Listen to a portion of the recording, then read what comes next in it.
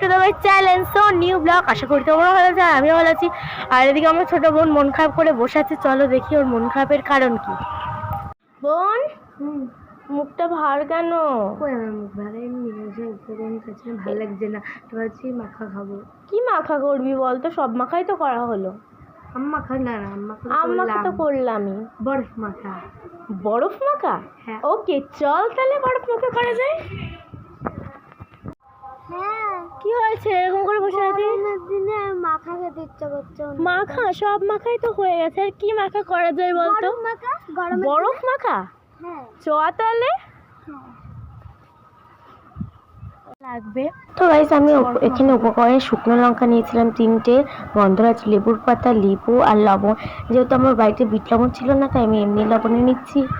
আর এখানে আমি স্লাইস করে লেবুগুলো সুন্দর করে গোল গোল করে কেটে নিয়ে নিচ্ছি। আমার লেবু কাটতে অনেকটাই কষ্ট হচ্ছে, কারণ লেবুটা যতবার আমি কাটতে গেছি ততবার আমার হাত ফসকে পড়ে গেছে।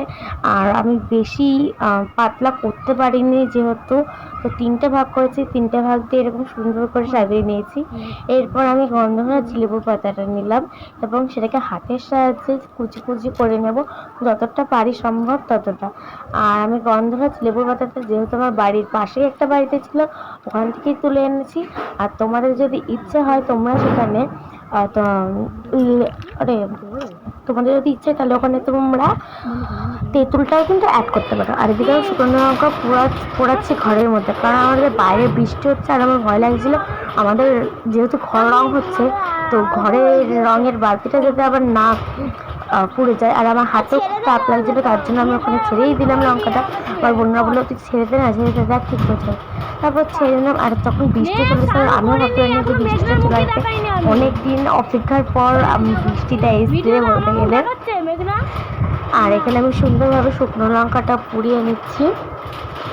পোড়ানো হয়ে গেলে, যেহেতু আমার পুরোটাই পোড়ানো হয়ে গেছিলো, তো আমরা দেশলাইয়ের কাটে করে দেখেছি ওগুলো সবটা দেখে। আর এদিকে আমি এই চিলি ফ্লেক্সের মতো করে এগুলো গুঁড়ো গুঁড়ো করে নেব। তো গুঁড়ো গুঁড়ো করার পর তোমরা যখন ওই চিলির যে লঙ্কার যে বীজটা হয়, যেগুলো ওগুলো এমনি হাত দিয়ে যদি তোমার গুঁড়ো করে এরকম করে একাটাই নিমেষে পড়ে যাবে। তারপরে বরফটা তো থাকবেই, যেহেতু বরফ মাখা হচ্ছে, আর বরফটা যাতে গলে না সেই রকমভাবে নেবে। আর তারপর লেবু আমরা দিয়ে নেবো। লেবুর রসটা হালকা চেপবো, হালকা চেপার পর আমি লেবুর স্লাইসগুলো কেটে করে কাটতে পারি তো ওকে দিয়ে দেবো।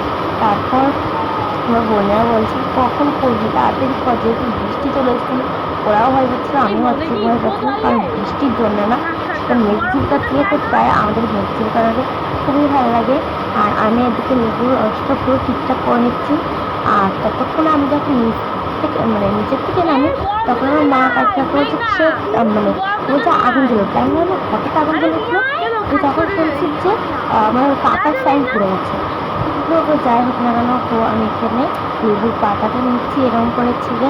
আর তোমরা কিন্তু বিট লবণটাও দিতে পারো, আমি বারবার বলছি যেহেতু আমার কাছে বিট লবণ ছিল না।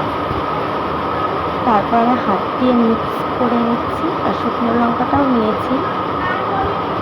আর এবার আমি এটা ঝাঁকিয়ে নেবো, যেহেতু আমার কাছে বলছিল না, বড় আমি ছোটো বাটি নিয়েছি। এবার এবার ঝাঁকিয়ে নেবো। ঝাঁকিয়ে নেওয়ার পর দেখবে সুন্দর একটা স্মেল আসবে। স্মেলটা খুবই টেস্টি হয়েছে। এবার আমি আমার বোনদের টেস্ট করতে দিই। আমার বোনদের রিয়াকশান দেখে তোমরা নিশ্চয়ই বুঝে যাচ্ছে কীরকম। ওরা বলছে দারুণ। তো আজকে ব্লগটা এটুকুটা।